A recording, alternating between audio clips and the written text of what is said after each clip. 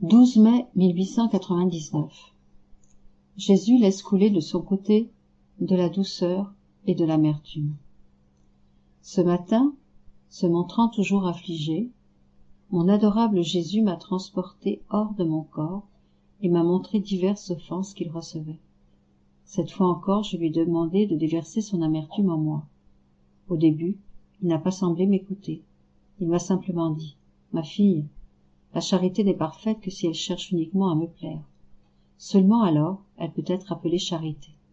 Elle ne peut être reconnue par moi que si elle est dépouillée de tout. » Voulant tirer parti de ces paroles de Jésus, je lui ai dit « Mon bien-aimé, c'est précisément pour cela que je te demande de déverser en moi ton amertume, pour te libérer de tant de souffrances.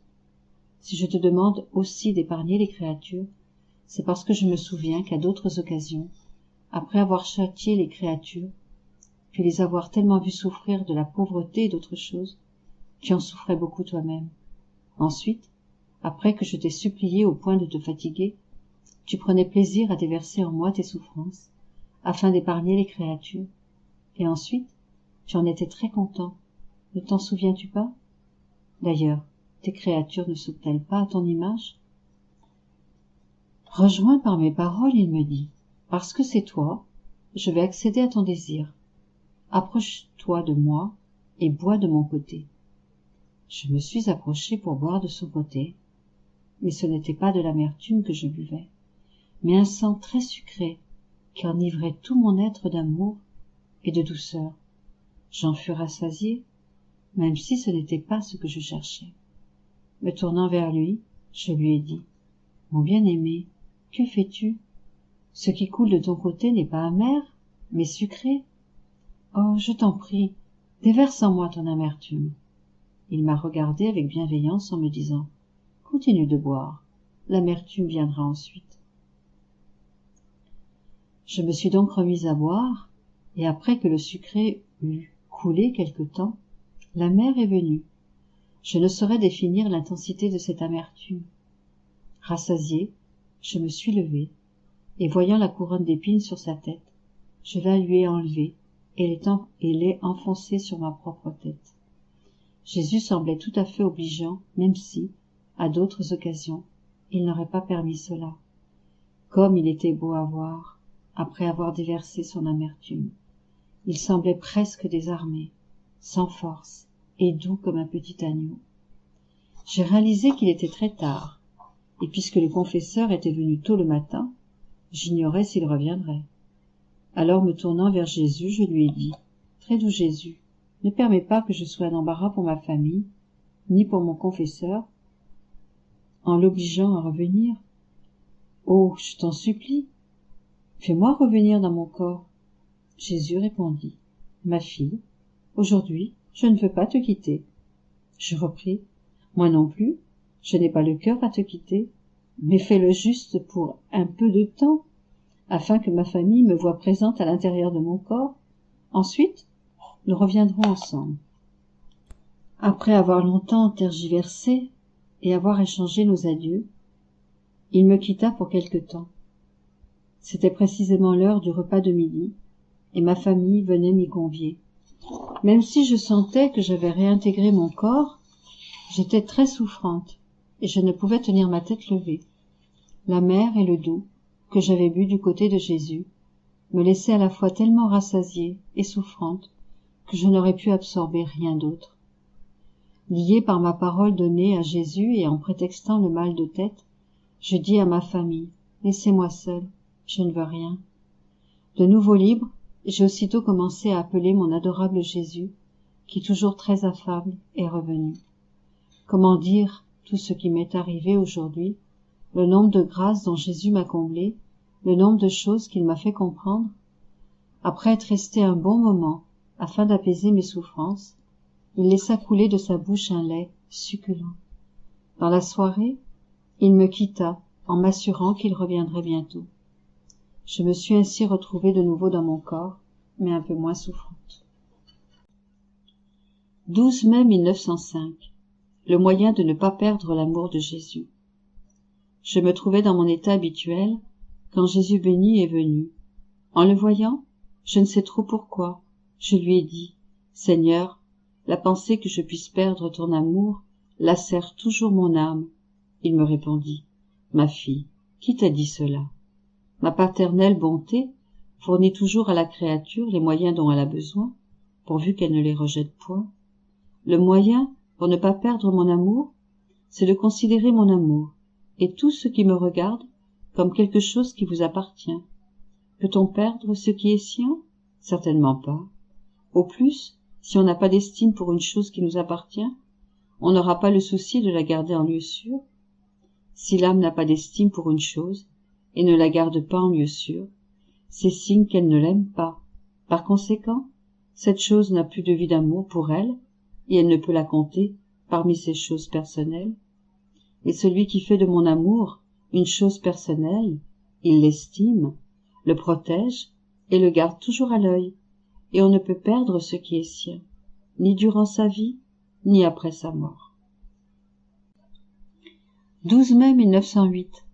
Par leur mauvais exemple, les riches ont entraîné les pauvres au mal. Me trouvant dans mon état habituel, je suppliais notre Seigneur d'être assez bon de mettre la paix dans les âmes, celles-ci étant en discorde et les pauvres voulant attaquer les riches. Il semble que les gens sont assoiffés de sang humain, qu'ils ne peuvent plus s'endurer eux-mêmes.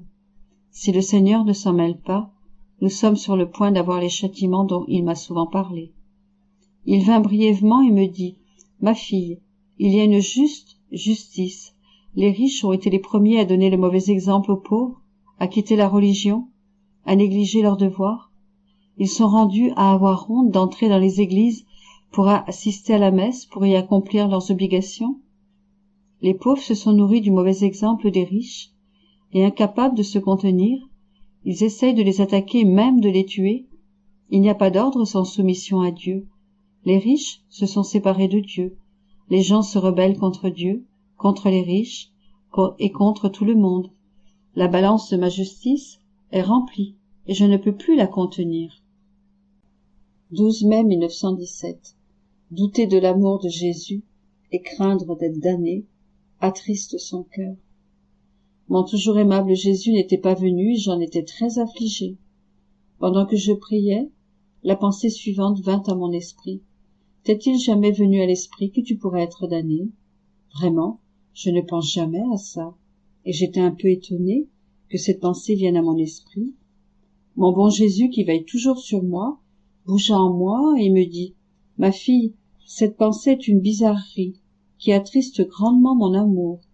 Si une fille disait à son père, « Je ne suis pas ta fille, tu ne me donneras pas une part de ton héritage, tu ne veux pas me donner de nourriture, tu ne me veux pas dans ta maison. » Et qu'elle s'en affligeait, que dirait le pauvre père? Il dirait, « Absurde, cette fille est folle. » Puis avec amour, il ajouterait, « Si tu n'es pas ma fille, la fille de qui es-tu donc? Tu vis sous mon toit? Tu manges à ma table? Je t'habille avec l'argent gagné par mon labeur. Si tu es malade, je t'assiste, et je te procure tous les soins pour que tu guérisses. Pourquoi donc doutes-tu que tu es ma fille? » Avec beaucoup plus de raison encore, je dirais à celui qui douterait de mon amour et craindrait d'être damné, « Qu'est-ce à dire? Je te donne ma chair à manger. Tu vis de tout ce qui m'appartient. Si tu es malade, je te guéris avec les sacrements. Si tu es sale, je te lave avec mon sang. Je suis toujours à ta disposition. Et tu doutes? Veux-tu m'attrister? Et puis, dis-moi, aimerais-tu quelqu'un d'autre? En reconnais-tu un autre comme père? Et tu dis n'être pas ma fille? Et s'il n'en est pas ainsi pour toi, pourquoi t'affliges-tu et m'attristes-tu? L'amertume que les autres me donnent n'est-elle pas suffisante? Veux-tu toi aussi mettre le chagrin dans mon cœur? 12 mai 1922. Ceux qui vivent dans la divine volonté participent à tout ce que Dieu réalise. Je me disais, qui pourrait dire quelle offense j'ai faite à mon cher Jésus? Pourquoi ne vient-il pas comme d'habitude? Comment la bonté de son très sacré cœur, qui succombe si rapidement devant ceux qu'il aime, a-t-elle cru bon de résister à tant de mes appels? Pendant que j'entretenais de telles pensées, il sortit de mon intérieur et me couvrit d'un manteau resplendissant de lumière, si resplendissant que je n'étais que lumière. Il me dit, « Ma fille, que crains-tu? Regarde, afin que tu sois rassuré et que tu te sentes protégé, je t'ai couvert de ce manteau de lumière pour qu'aucune créature ne puisse te faire de mal. De plus, pourquoi perds-tu ton temps à chercher comment tu aurais pu m'offenser? Le poison de la culpabilité ne doit pas entrer chez ceux qui vivent dans ma volonté. Ah, ma fille, la sainteté dans ma volonté n'est pas encore connue. Chaque genre de sainteté comporte ses qualités distinctes. Plusieurs sont surpris d'entendre dire que je viens te voir régulièrement, vu qu'il n'est pas habituel que je fasse cela avec les âmes. La sainteté dans ma volonté est inséparable de moi. Pour élever une âme au niveau du divin, je dois la garder, soit identifiée à mon humanité, soit dans la lumière de ma divinité.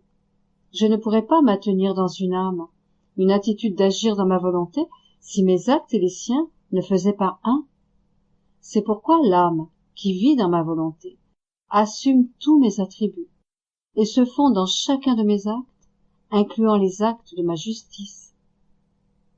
Pour ce motif, quand je veux châtier, je te cache mon humanité.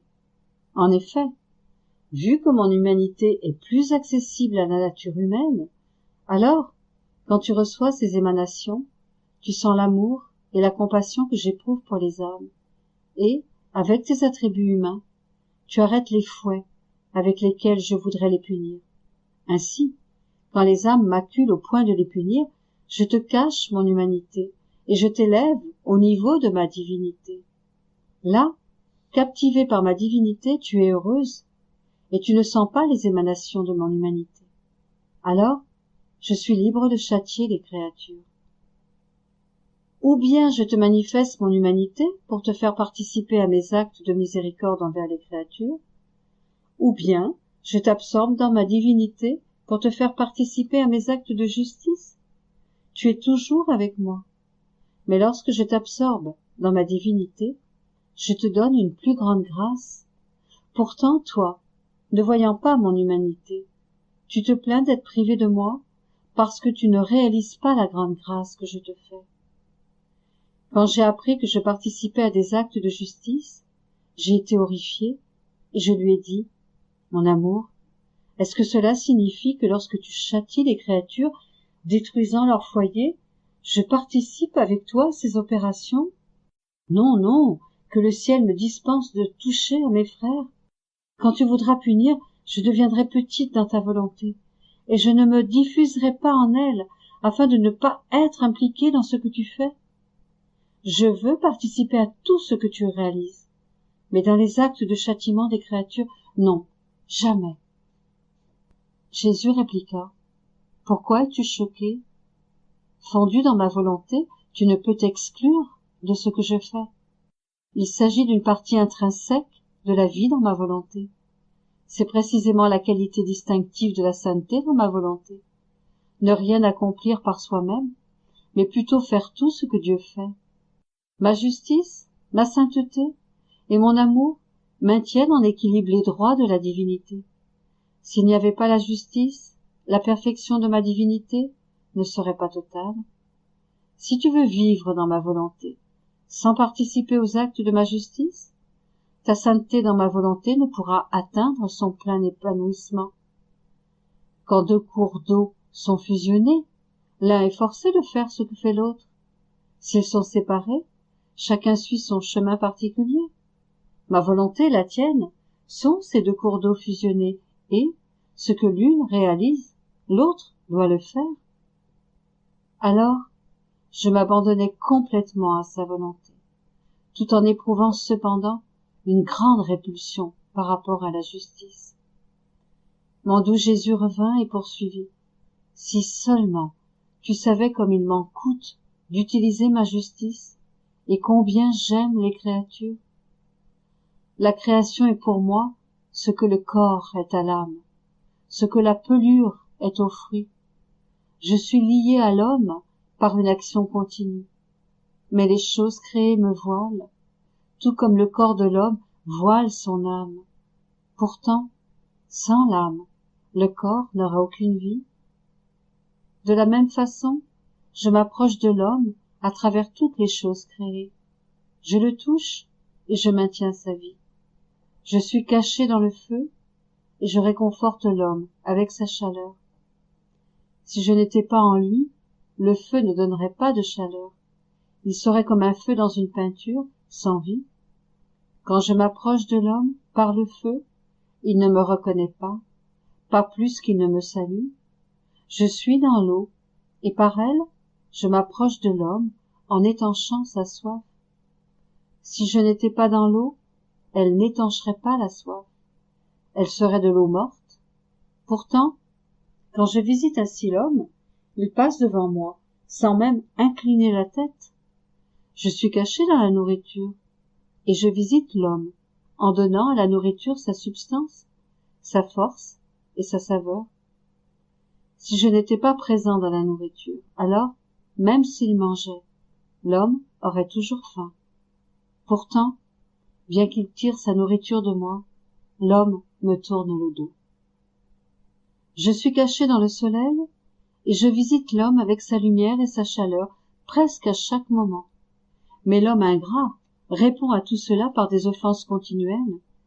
Je visite l'homme par toutes les choses, par l'air qu'il respire, par les fleurs parfumées, par la brise légère et rafraîchissante, par le tonnerre qui éclate partout. Mes visites sont innombrables. Vois-tu comme j'aime l'homme? Et toi, étant dans ma volonté, tu participes avec moi quand je visite l'homme pour maintenir sa vie. Ne sois donc pas choqué si tu es impliqué parfois avec moi dans mes œuvres de justice. 12 mai 1927. Notre Seigneur a fait plus en formant la rédemption que s'il nous avait simplement libérés de tout châtiment. Et cela est vrai également pour qui doit former le royaume du divin fiat. Comment une puissance hostile empêche l'âme de mourir? Les âmes sont appelées à faire les lois et à gouverner le monde. Je me sentais oppressée, non seulement à cause de la privation de mon doux Jésus, mais aussi par les menaces de graves châtiments à venir, de guerre et de révolution, de combats infernaux et horrifiants.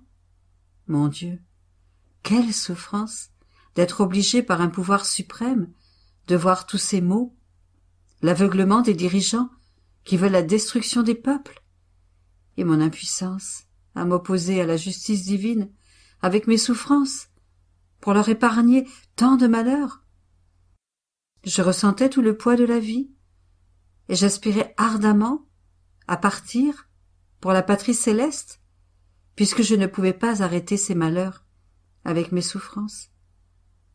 Et mon doux Jésus, se manifestant au-dedans de moi, me dit « Ma fille, crois-tu que nous aurions fait plus en leur épargnant les châtiments que méritaient leurs nombreuses fautes, plutôt qu'en leur apportant la rédemption? Les châtiments sont des souffrances temporaires. La rédemption est un bien éternel qui ne finit jamais. Si je leur avais épargné les châtiments, je ne leur aurais pas ouvert le ciel, ni donné droit à la gloire. En formant la rédemption, j'ai ouvert les portes du ciel, et je les ai mis sur la voie de la patrie céleste en leur rendant la gloire perdue. Lorsque l'on a en vue un grand bien, il faut accepter de mettre de côté un moins grand bien, d'autant plus que le plus grand doit servir à équilibrer ma justice, et jamais mon humanité ne pourrait ni ne voudrait s'opposer à cet équilibre divin. De plus, les châtiments devaient servir de rappel aux créatures, de voix pour les réveiller de leur sommeil coupable et les inciter à reprendre le droit chemin, et servir de lumière pour les guider. Ces châtiments étaient aussi des moyens de les aider à recevoir les biens de la rédemption. Je ne voulais pas détruire ces guides, et par conséquent, avec ma venue sur terre, les châtiments qu'ils méritaient ne leur ont pas été épargnés. À présent, ma fille, tu penses que tu aurais fait plus si tu les avais délivrés des châtiments qu'ils méritent en ces temps-ci? et voyant qu'il n'en est rien, la vie te semble pénible, et tu voudrais venir au ciel.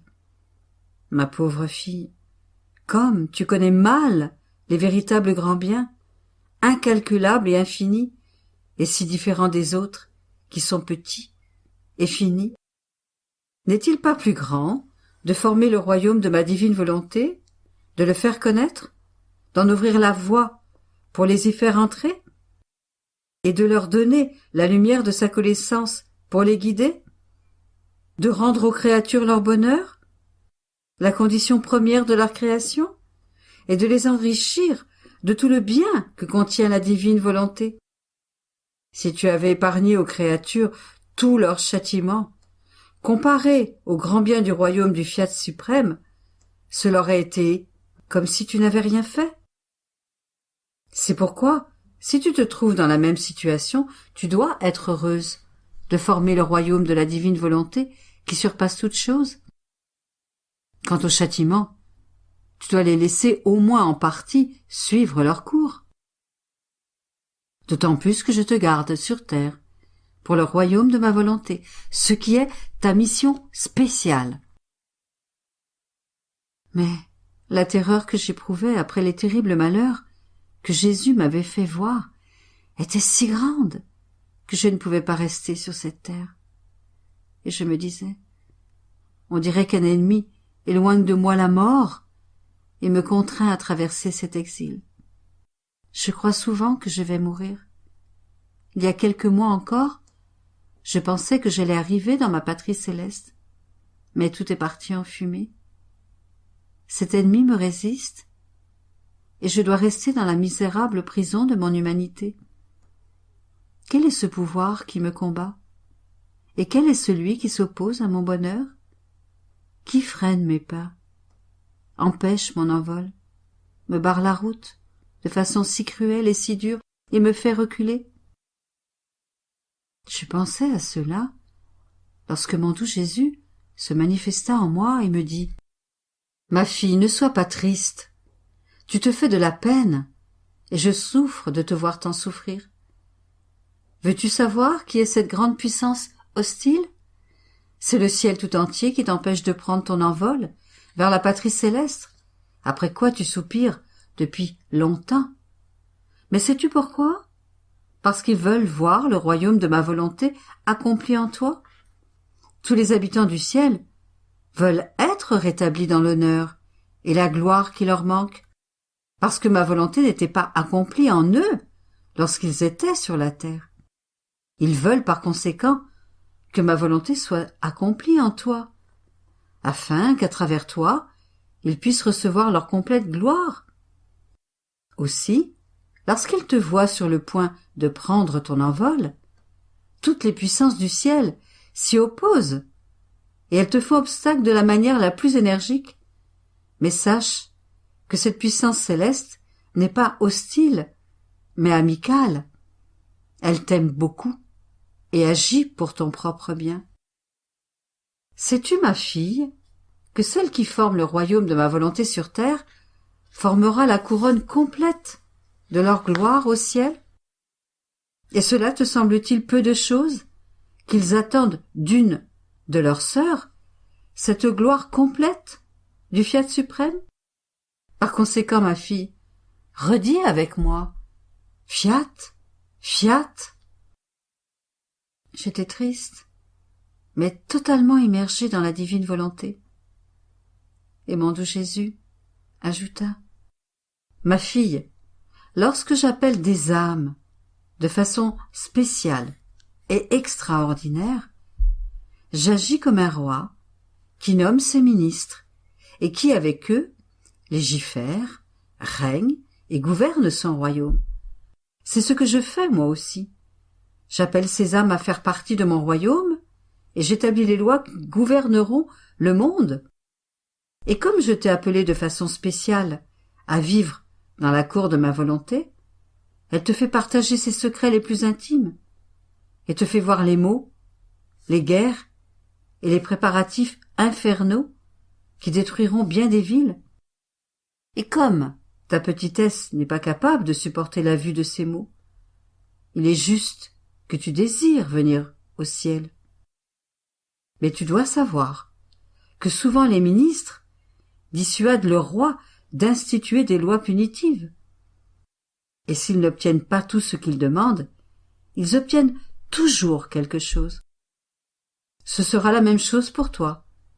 Si tout ne t'est pas accordé sur terre, tu obtiendras cependant quelque chose. Alors courage, et que ton envol dans ma volonté soit continuel. 12 mai 1929. Comment celle qui vit dans le divin fiat est la narratrice des œuvres divines. L'Ascension. La raison pour laquelle Jésus n'a pas laissé le royaume de la divine volonté sur la terre. Poursuivant mon abandon dans le divin fiat, je suivais ses actes dans la création. J'avais l'impression, en m'unissant à ces actes, que je faisais tantôt un acte de lumière, tantôt un acte d'immensité, tantôt un acte de puissance, et ainsi de suite.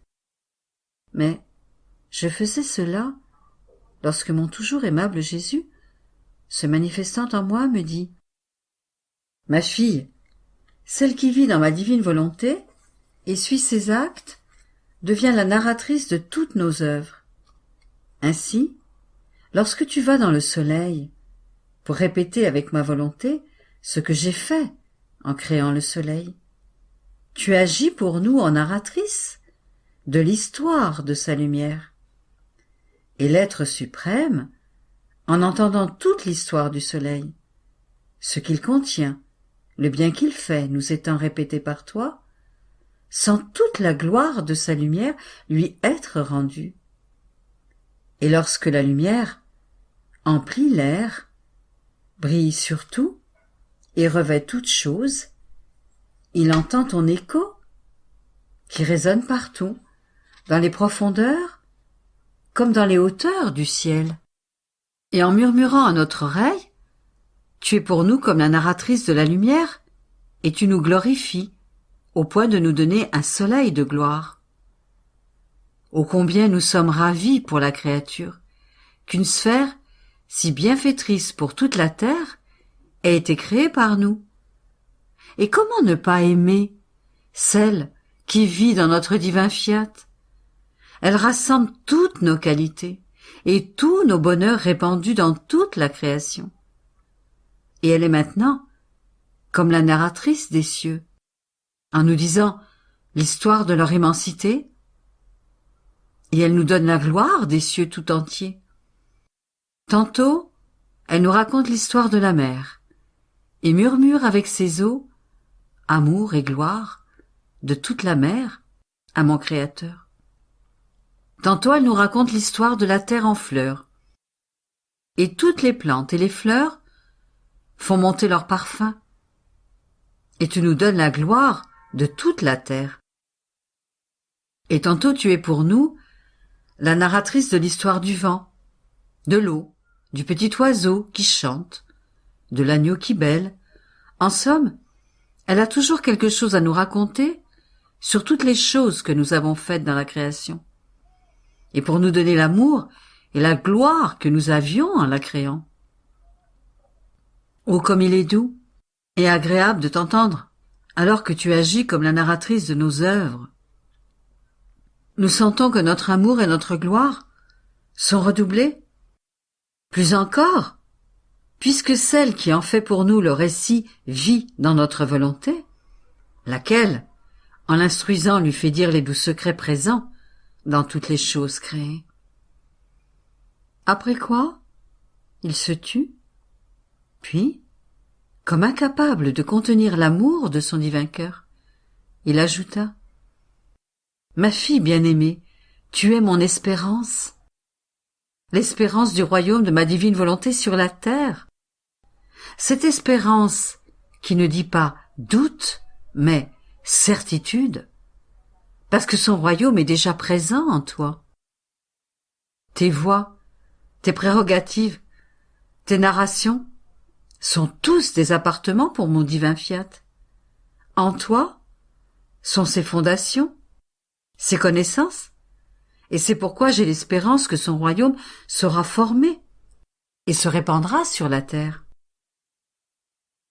Je pensais après cela à notre Seigneur montant au ciel, glorieux et triomphant, avec son humanité qui n'est plus humiliée, ni sujette à la souffrance, avec l'insigne de l'Adam décadent, mais inaccessible à toute souffrance, avec l'insigne du nouvel Adam innocent, avec toutes les plus belles prérogatives de la création, revêtu de lumière et immortel. Mais je pensais à cela lorsque mon doux Jésus se manifesta en moi et me dit « Ma fille, mon humanité a refait en elle-même, et sur elle-même, tous les maux de l'humanité défaite, jusqu'à mourir, afin de lui donner la vertu de renaître de la mort à laquelle elle était sujette. C'est la raison pour laquelle je n'ai pas laissé le royaume de ma divine volonté sur la terre. Parce que l'humanité de l'Adam innocent n'était pas là, glorieuse et immortelle, pour être capable de demander et de recevoir le grand don de mon fiat. Par conséquent, il était nécessaire que mon humanité commence par refaire cette humanité défaite, pour lui donner tous les remèdes, afin de la ressusciter, puis de mourir, et de ressusciter avec les qualités de l'Adam innocent, afin de pouvoir donner à l'homme ce qu'il avait perdu. Je voulais aussi monter au ciel, avec mon humanité aussi belle, toute revêtue de lumière, tout comme elle était sortie de nos mains créatrices, afin de dire au Père céleste, « Mon Père, regarde-moi, vois comme mon humanité est refaite, comment le royaume de notre volonté est en sûreté en elle. Je suis la tête de tous, et celui qui te prie a tous les droits de demander et de donner ce que je possède. » Ma fille, une humanité innocente, avec toutes les qualités avec lesquelles elle est sortie de nos mains créatrices, était nécessaire, afin de redemander le royaume de notre volonté parmi les créatures. Jusqu'alors, cette humanité n'existait pas. Je l'ai rachetée avec ma mort, et je suis montée au ciel, afin d'accomplir avec ma première tâche, ma seconde tâche, qui est de demander et de donner le royaume de ma divine volonté sur la terre. Il y a environ 2000 ans que cette humanité prie, et notre divine majesté, sentant que l'amour de la création que nous avions en créant l'homme déborde à nouveau hors d'elle-même, et même avec plus d'intensité encore. Et se sentant ravie et charmée par les beautés de mon humanité, elle s'est à nouveau répandue, et ouvrant les cieux, elle a fait que la pluie de lumière des nombreuses connaissances sur mon fiat est descendue en torrent, pour que, comme la pluie, elle puisse descendre sur les âmes, et qu'elle puisse avec sa lumière vivifier et guérir la volonté humaine, et qu'en la transformant, elle puisse jeter la racine de ma volonté dans les cœurs et étendre son royaume sur la terre. Pour que mon royaume vienne sur la terre, il fallait d'abord que je le fasse connaître, que je fasse savoir qu'il veut venir régner. Et moi, en frère aîné de la famille humaine, je m'occupe de toute la paperasserie devant la divinité, pour lui faire acquérir un bien si grand. Il était par conséquent nécessaire que je monte au ciel avec mon humanité glorifiée, pour être capable d'acquérir à nouveau le royaume de mon fiat, pour mes frères et mes enfants. 12 mai 1934. Nécessité absolue de l'abandon dans le divin vouloir, ses vertus. Comment toutes les créatures tournent autour de Dieu. Seule la volonté humaine s'en écarte et bouleverse tout. Mon abandon dans le fiat est pour moi un besoin extrême de mon pauvre cœur, parce que je sens sa paternité et sa maternité divine, qui, avec ses bras de lumière, me garde pressé contre son sein, afin de se déverser en moi, comme une très tendre mère qui aime sa fille d'un amour inséparable, au point de vouloir générer sa vie dans sa fille. Cela semble être un délire, une passion divine de cette sainte mère, dont les regards, l'attention, la sollicitude et le cœur sont continuellement dans l'acte de concevoir et de faire grandir sa vie dans sa fille, tout abandonné dans ses bras. Si bien que l'abandon, dans la divine volonté, facilite les soins et permet les sollicitudes de cette céleste mère pour former sa vie, toute de divine volonté dans la créature. Ma jolie maman, oh, ne me détache pas de ton sein de lumière, afin que je puisse sentir la vie en moi, qui me fait continuellement savoir combien tu m'aimes, qui tu es, et combien belle, aimable et adorable tu peux être. Mais alors que mon esprit était perdu dans l'abandon total au divin vouloir, mon doux Jésus, renouvelant sa brève petite visite, me dit: « Ma bienheureuse fille, plus on comprend mon vouloir, mieux on peut profiter de sa beauté et de sa sainteté et participer à ses biens. L'abandon, dans ma volonté, détruit tous les obstacles et garde sans effort l'âme bien serrée dans les bras de mon fiat, qui peut régénérer sa vie divine dans la créature. Voici ce que dit un abandon véritable et complet. Fais de moi ce que tu veux. Ma vie t'appartient, et je ne veux plus m'en soucier. De sorte que l'abandon possède la vertu de mettre la créature au pouvoir de ma divine volonté. Car tu dois savoir que toute chose, et la nature humaine elle-même, participe du mouvement éternel de Dieu, de sorte que tout tourne autour de lui, toute la création, le souffle, le battement de cœur, la circulation du sang, sont tous sous l'empire du mouvement éternel. Et comme toutes les choses et toutes les créatures tirent leur vie de ce mouvement, elles sont inséparables de Dieu. Et comme elles ont la vie, elles tournent toutes autour de l'être suprême. Il n'est pas au pouvoir de la respiration, du battement de cœur, du mouvement humain, de respirer, de palpiter, de se mouvoir par eux-mêmes. Le mouvement de l'Éternel est incessant, et il ressentait également les actes incessants de la respiration, du battement de cœur et du mouvement. L'on peut dire qu'ils sont la vie en Dieu, et avec toutes les choses créées, ils tournent autour de lui sans jamais s'arrêter. Seule la volonté humaine, ayant été créée avec le grand don du libre arbitre, afin de pouvoir nous dire librement qu'elle nous aime, non parce qu'elle y est obligée, comme peuvent être contraints la respiration de respirer, le cœur de palpiter, et la créature de recevoir le mouvement de son Créateur. Sans y être obligée, elle peut nous aimer et être avec nous, afin de recevoir la vie agissante de notre vouloir. C'était l'honneur et le très grand don que nous avions fait à la créature, qui s'est avec ingratitude retirée de notre union et de cette inséparabilité, et par conséquent de son union avec toute chose. C'est alors qu'elle s'est perdue, dégradée et affaiblie. La créature a perdu cette force unique, et elle est la seule dans toute la création à avoir perdu sa route, son poste, son honneur, sa beauté, sa gloire. Elle s'écarte du poste qu'elle conserve dans notre volonté, qui l'appelle, et se languit de la mettre à son poste d'honneur, pour que personne ne perde la vie du mouvement incessant, qu'elle ne se sente pas pauvre et faible, mais riche du mouvement éternel de son Créateur.